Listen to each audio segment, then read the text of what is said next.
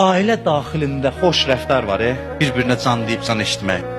Bu xoş rəftar qədər küçədə bayırda onun bunun üzünə gülməyin sən Allaha yaxınlaşdıra bilməz. Ailənin daxilində olan o xoş əxlaq qədər. İbadətin əsası ailəyə xidmətdir, sonra cəmiyyətə. Bəziləri var, çıxır ona buna xidmət edir. Deyir, nə qulluğum, gedək çörək yeyək, gedək ona gülür, buna gülür. Elə bilir, böyük bir xidmət göstərir. Əgər bunun ailədə münasibəti bərbadsa, bu gülüşlər hamısı hoqqabazdır. Hamısı boş-boş hiylədir, Allahı aldada bilməyəcək. Onun şəxsiyyətinin güzgüsü ailədəki münasibətlərdir. Xanımına gündə gördüyün adam var, gözü açırsan, onları görürsən, oyla əxlaq saxlamaq çətindir. Yoxsa küçədə dostlar, hamı öpüşür, qucaqlaşır, deyirsən, maşallah, nə qəşəng.